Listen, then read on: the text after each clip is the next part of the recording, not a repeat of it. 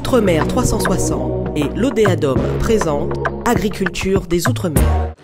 Bonjour à toutes et à tous, nous sommes de retour sur le Salon international de l'agriculture à Porte de Versailles à Paris. Nous sommes actuellement sur le stand de l'Odéadom avec deux lauréats du concours général agricole, un lauréat du concours général agricole, et nous partons en Guadeloupe avec monsieur Jean-Claude Soulac. Bonjour. Bonjour. Vous êtes apiculteur à Saint-François. Oui. Et votre miel a été récompensé de la médaille d'or. Exact. Alors, une petite réaction après cette participation à ce concours? Beaucoup d'émotions parce que c'est un miel que j'avais produit avec beaucoup de difficultés, parce qu'il faut savoir, à cette période-là, il y avait beaucoup de pluie et le nectar il se faisait moindre. Donc, suite à tout ça, ça m'a permis de produire un miel de qualité. C'est votre première participation à ce salon ou vous êtes un habitué en tant qu'exposant, si on peut dire ça comme ça? Enfin, je participe au salon, mais c'est la première fois que j'en remporte un prix au salon. D'accord, très bien. Alors, pouvez-vous nous parler de votre miel spécifiquement? Oui, alors mon miel, c'est un miel jujubier qui a été produit sur Saint-François. Le jujubier, il est plus connu mondialement, mais chez nous, on l'appelle surette. C'est le miel de surette. Il a été produit sur Saint-François par rapport aux fleurs et au climat qu'on a sur la Grande Terre. Alors, vous nous disiez en aparté que vous aviez 110 ruches. Oui. Elles sont toutes implantées au même endroit ou c'est à différents endroits à Saint-François? À différents endroits à Saint-François et aussi en Basse-Terre pour pouvoir avoir une biodiversité de miel. D'accord. À vos côtés, il y a monsieur Isaïe Guillaume, également apiculteur. Oui. Vous participez aussi à ce salon. Quels sont vos retours sur cette participation? Eh bien, mon miel, ça fait quelques années que je participe. J'ai déjà été médaillé 2 fois. Et cette année-ci, je n'ai pas été médaillé. Mais j'étais très content quand j'ai pu prendre une médaille. Ça m'a fait vraiment plaisir. Vous êtes son soutien? Voilà, je l'ai un peu formé en apiculture pour ses débuts. Et ça m'a fait vraiment une grande fierté. J'ai dit, je peux ne pas en avoir, mais qu'il ait une médaille, j'étais vraiment content. Alors, est-ce que la médaille, c'est toujours un plus pour la vente? Qu'attendez-vous maintenant que vous êtes médaillé, vous espérez également faire vendre davantage votre miel? Exactement, j'attends d'avoir plus de clientèle et plus de succès pour mon miel. En Guadeloupe, où on peut trouver vos produits à tous les deux? Alors, moi, on peut trouver mon miel à la Casa Boudin aux Abîmes, le Gaillac au Gosier,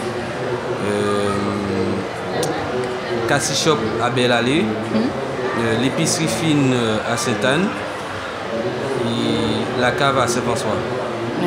Voilà, donc de mon côté, moi je livre quelques épiceries fines. Donc au niveau de l'aéroport Antillopole, il y a Santé Pays par Suzy aux yeux, on peut trouver mon miel là.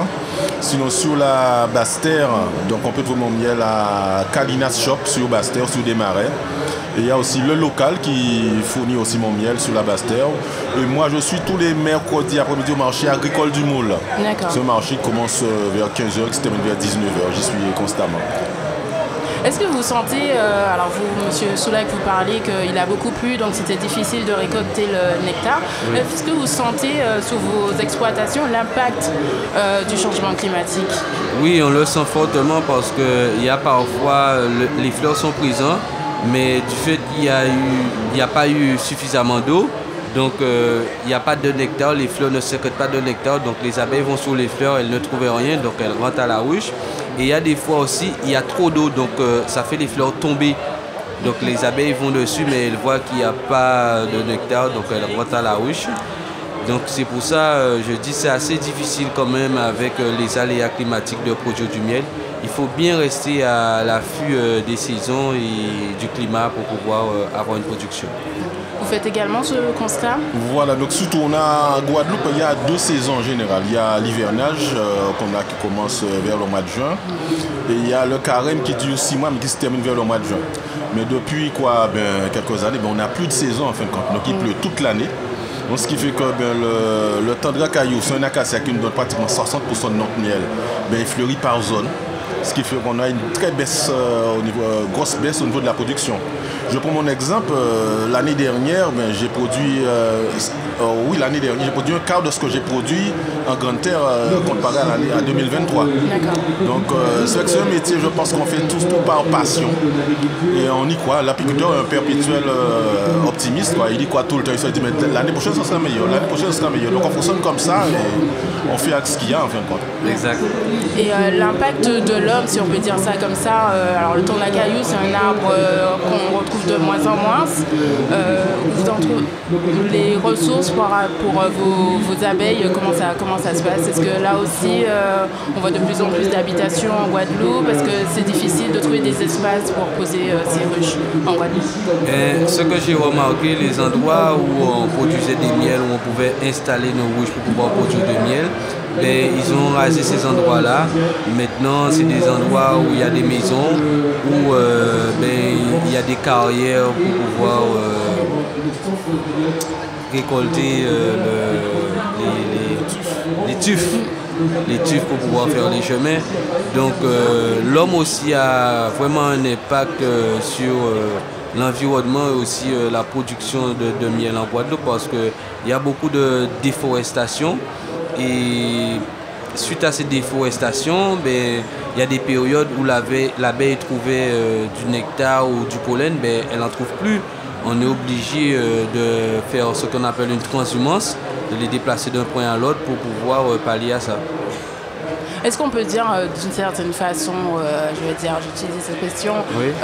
Nous FOP sur le miel de Guadeloupe? Est-ce qu'on peut dire le miel de Guadeloupe est incontestable et on peut le trouver nulle part ailleurs? Il est vraiment authentique et à son propre goût. Il y a quelques années de ça, on fait ce qu'on appelle un séminaire chaque fin d'année. Et nous avons fait venir M. Bruno, qui est responsable qualité à Pimondia. Et il nous expliquait que notre terroir, c'est un terroir qui est unique au monde.